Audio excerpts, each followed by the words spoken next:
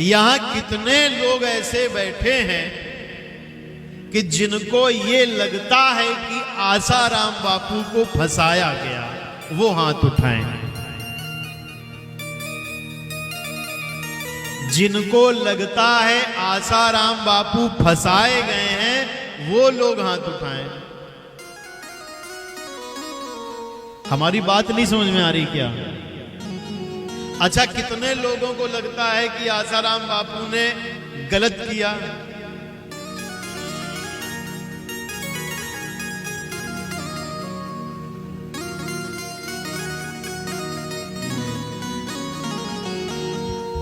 देखिए, हम आसाराम बापू जी के शिष्य नहीं हैं, मगर शुरू में हमको भी ये लगा, पर जब हम वहां के आईजी से मिले और वहां पे हमने और चीजें पढ़ी और चीजें जानी, तब हमने ये निष्कर्ष निकाला कि आसाराम बापू को बदनाम करने में कम से कम 30 करोड़ रुपए खर्च किए गए। जिस लड़की ने आरोप लगाया डॉक्टरी में सब निगेटिव था, कुछ भी पॉजिटिव नहीं था। आसाराम बापू ईसाई मिशनरीज के खिलाफ लड़ते रहे और हम हिंदू इतने मूर्ख हैं कि हम तो ये सोचते हैं टीवी में जो कह दिया वो सच है। अच्छा, तुम लोग बताओ, तुम्हारे पिता की उम्र 65 साल है, तुम्हारे सगे बाप की उम्र 65 साल है,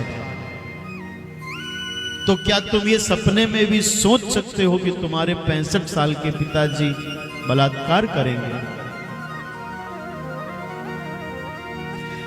क्योंकि उस समय सिर्फ आसाराम ही ऐसे थे जो सनातन धर्म को इतनी तेजी से प्रचार करके बढ़ा रहे थे, जिससे झारखंड के जो आदिवासी इलाकों में धर्मांतरण करा दिया गया था, चमत्कार के नाम पर, चंगई सभाओं के नाम पर,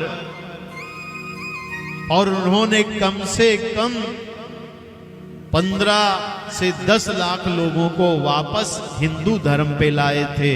बस ये चीज ईसाई मिशनरीज की को पसंद नहीं आई, और उन्होंने, आज देखिए कि जो लोग ब्लेम लगाते हैं पहले कम पैसे वाले होते हैं और ब्लेम लगाने के बाद अरब खरबपति हो जाते हैं। इतना पैसा कहां से आ जाता है? टीवी भी चलने लगती है, मीडिया भी बिकने लगती है, सब कुछ होता है और हिंदू सोचता है। अच्छा, आप दिल से बताइए, मैं कह रहा हूं मेरे पिताजी 65 साल के हैं, 80 साल के हैं, वो तो बलात्कार नहीं कर सकते। क्या आपके पिता अगर 80 साल के हैं तो वो बलात्कार कर सकते? नहीं कर सकते ना। हमारे बाबूजी कर सकते? नहीं कर सकते। और हमारे 80 साल के संत को फंसा दिया, और हिंदू क्या कहते हैं?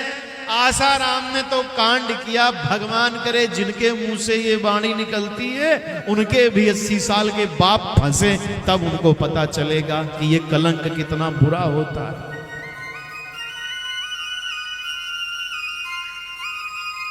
तो मैं आप हिंदुओं से कह रहा हूं, अभी केरल में एक पादरी के ऊपर 5 ननों ने आरोप लगाया, और वो पादरी सिर्फ 40-45 साल का है।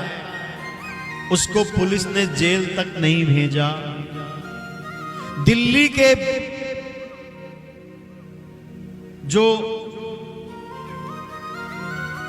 बड़ी मस्जिद है, वहां का जो मौलवी हैं, उनके ऊपर 172 मुकदमे हैं, वो आज तक जेल नहीं गए। ऐसा क्यों होता है कि हिंदू संत ही जेल बार बार भेज दिए जाते हैं? क्यों? यदि तुमने राष्ट्र के लिए और हिंदुओं के लिए बोलना शुरू किया, तो देखिए हम लोगों को जो पैसा मिलता है वो आप लोग देते हैं। बेटा कुछ लोग शांत कराओ, समिति के लोग बच्चों को पीछे कर दें। बच्चों को खेलने के लिए पीछे करें। क्या होता है, वेटिकन सिटी से पैसा आता है धर्मांतरण करने के लिए। जिनको लगता है हमको मुस्लिमों का वोट मिलेगा, उनके पास शेखों के पास से पैसा आता है, ईसाइयों के पास से, अमेरिका से पैसा आता है। हम लोगों के पास क्या पैसा आता है? आप लोग देते हो तो आता है। और हमारे काशी विश्वनाथ मंदिर में सरकार ने 350 रुपए की टिकट ऊपर से लगा दी है।